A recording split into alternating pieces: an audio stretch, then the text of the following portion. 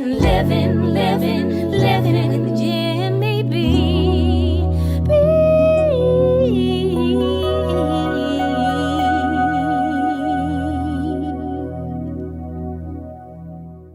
Please like, share, and subscribe and hit the notification bell so you'll be notified each time I post another video. Okay, so let's get started. Sauteing our meat. I have my sausage, and I'm just going to place it in my saute pan that I have right now at a medium-high temperature. And I have my ground beef. I'm just going to put that in there. I just want to make sure that it's touching the surface as much as possible. So I'm just going to spread it out because I do want to get a nice sear on this. And it's no need to add oil because this is a 20/80 blend of beef, and of course the sausage has fat in it, and so we don't need to add any oil or anything. This is seasoned salt.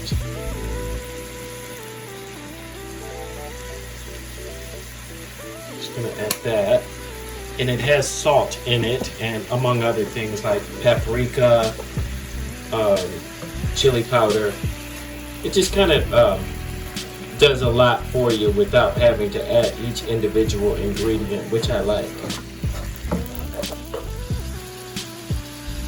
And I have liquid smoke, which I like to use this time of the year when you know, it's November when I'm making this video. So I'm going to use a couple of tablespoons of liquid smoke just to give it that smoke flavor. And so I have fresh ginger. I like to use fresh ginger, and I'm just gonna grate that into my meat. There's no need to remove the skin, really. Honestly, the skin has flavor in it, so it's not gonna change the flavor by removing the skin. So it's no need to remove it unless you want to.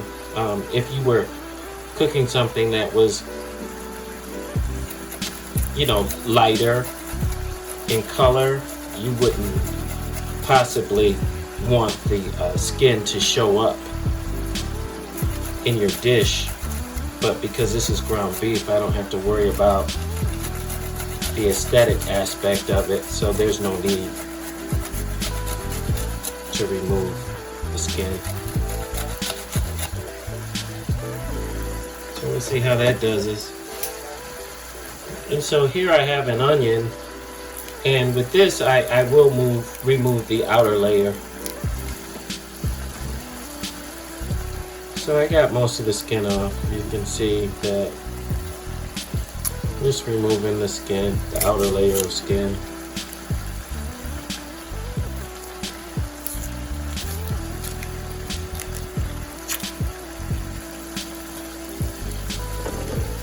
And so I'm just gonna use my grater because, like as I mentioned, I want this, you know, I want the flavor, but I don't necessarily want onion bits.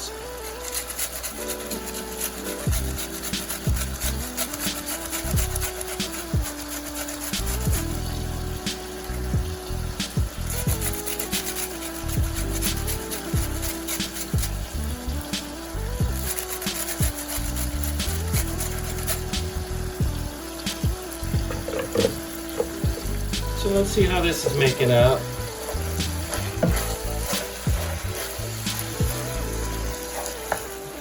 So as you can see, I didn't need any oil.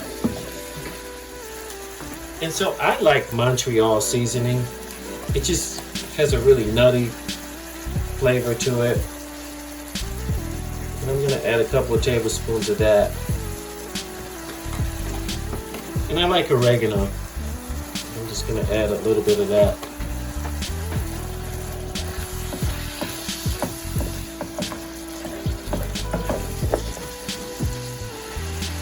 I'm going to add a little bit of salt, a couple of tablespoons of salt. And I like adding fish sauce. It just gives it a really rich flavor. I'm going to add about a teaspoon of fish sauce.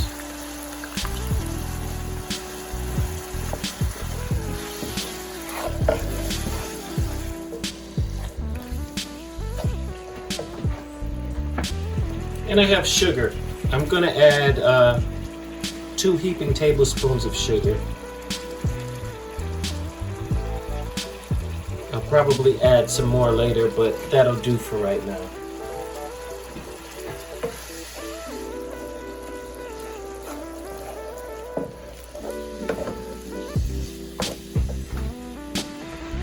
And I'm going to add a tablespoon of thyme. Thyme, I really like thyme. I really like it. Love the flavor.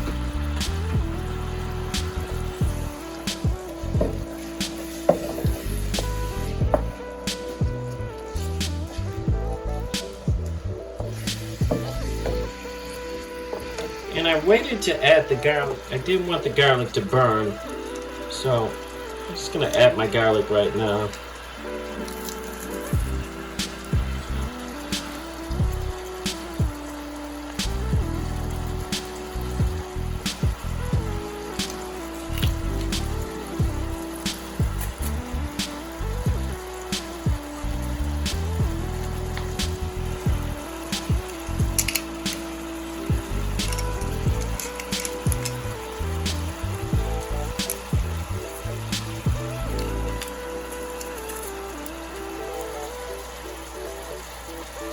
Garlic will brown a lot faster, so it's good to add it a little bit later than sooner. And I love garlic, so I'm going to add quite a bit of it. And cook to your own taste.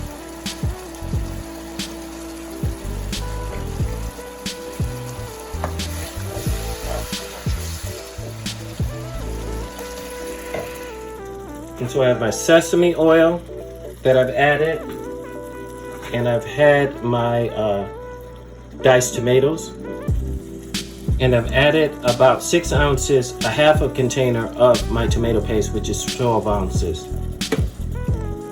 And so now I'm going to add my hot chili paste.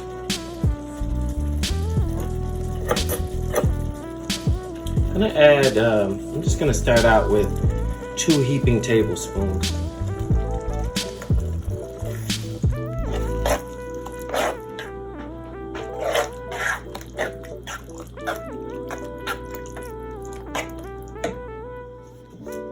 And so I have my discs. I use the larger ones. I don't make them from scratch. You could make them from scratch. It's very easy to make. It's nothing but a little flour and water and oil.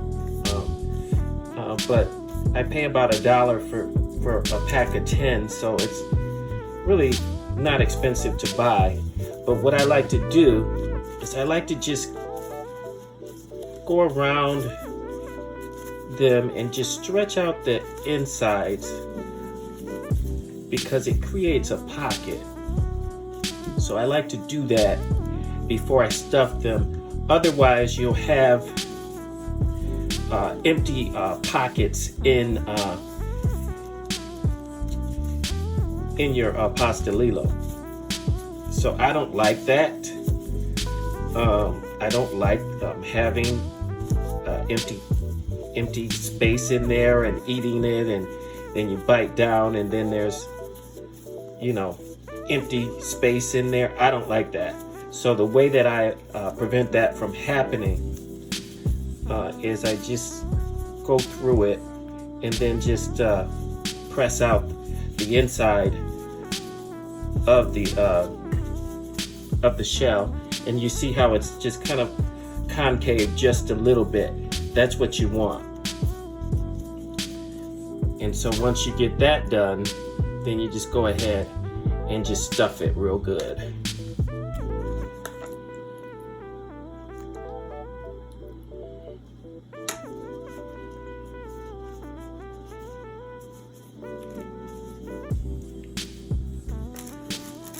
You don't have to worry about having pockets of empty space. And I have some water here, and what I'm going to do is I just want to make sure that I get a nice seal on this. So I'm just going to go around the perimeter with a little bit of that water, just so that I can lock it in real nice.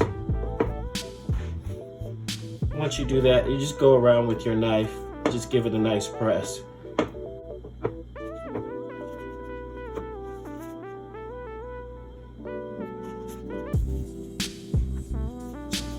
And I like to do both sides just to make sure that it's sealed.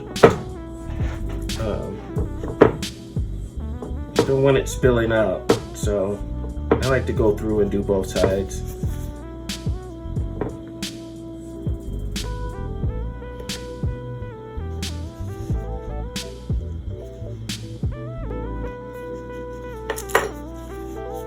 And so here you have it. And so what I usually do is I save my wrapper, and I use it just to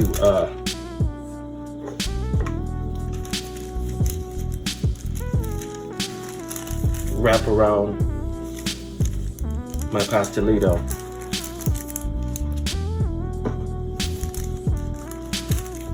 So I do another one on screen for you so you can see that. It's really straightforward, nothing hard.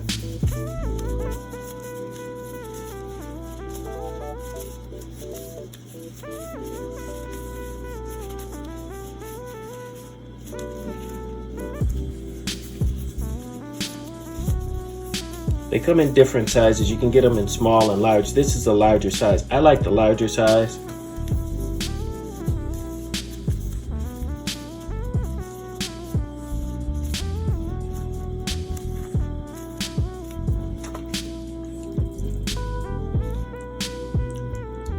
And you can do this any way you want. I mean, if you wanted to put cheese in this or whatever you want to put in it, you can just go ahead and do that. I mean, there's no rules when it comes to this as far as I'm concerned. Some people would say, well, if you're doing all that, then it's not really a pastelito. Well, call it whatever you want to. And do what you want to. It's all about what you like.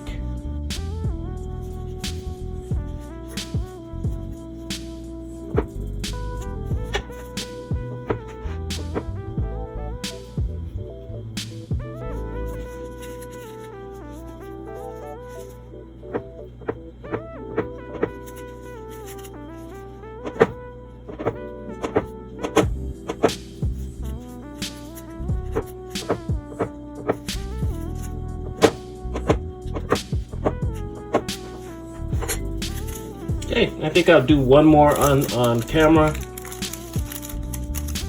think you guys got the gist of it. I'll just do one more on camera.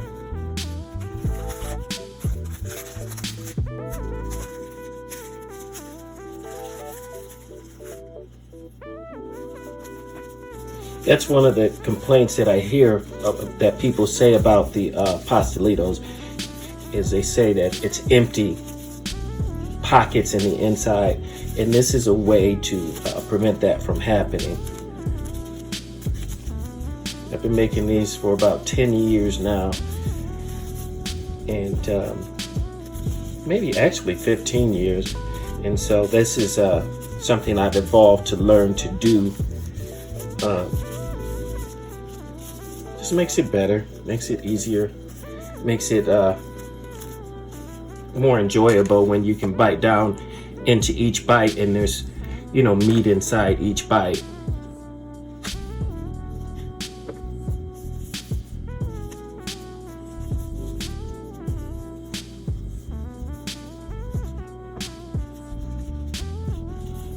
See how nicely that just folds over?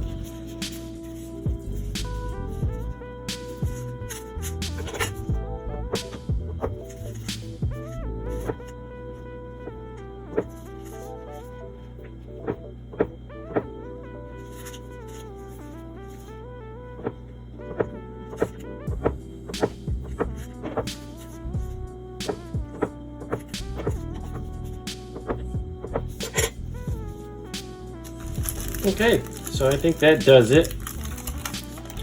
And so I'm gonna do the rest off camera. And I will see you back.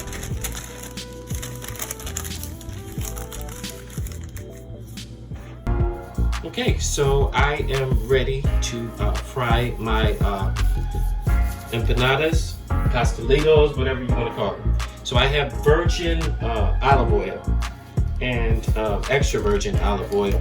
I'm just gonna add a clove of garlic to my oil just to season it, and a pat of butter. I do want that butter flavor in there, and I'm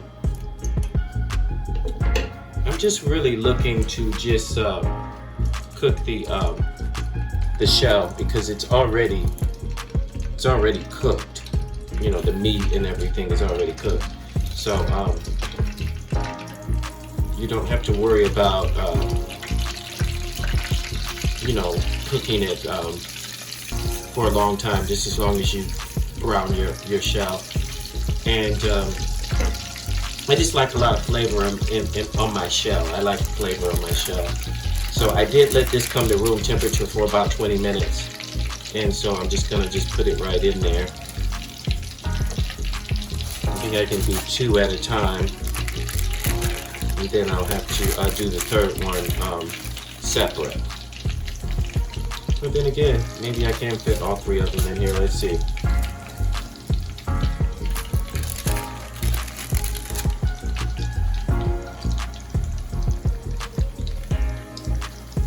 I think I got it. I think I can do it. Yeah, we got it. You can see when you start seeing the edges crisp. I like to use virgin olive oil to make my pastelitos or empanadas because it doesn't make it weighed down and greasy like canola oil and vegetable oil does.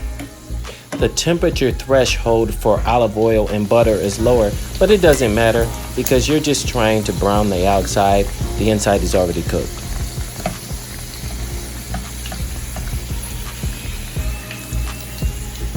When you hear that oil start to whistle, that's when it's almost done.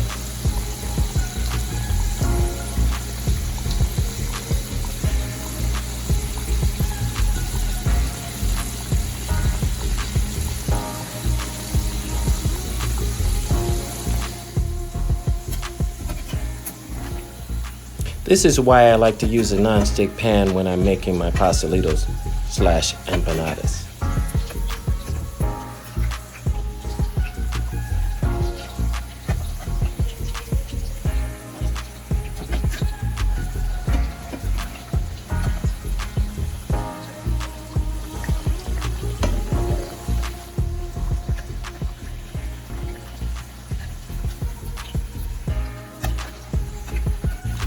Yeah, this one is done.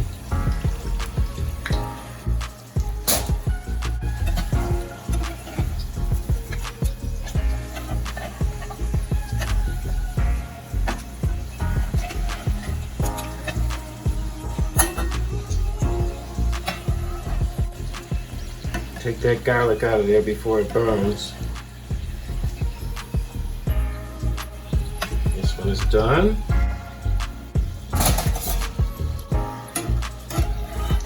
And I'm not liking the way this one is looking on that side. So I'm just gonna turn it and just sear it a little bit on the other side. You know it's doughy and undercooked when it's a red color.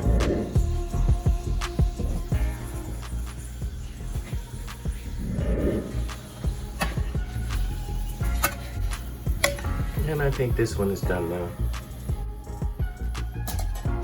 So I will see you at the dinner table. We're living good life. We're living with Jimmy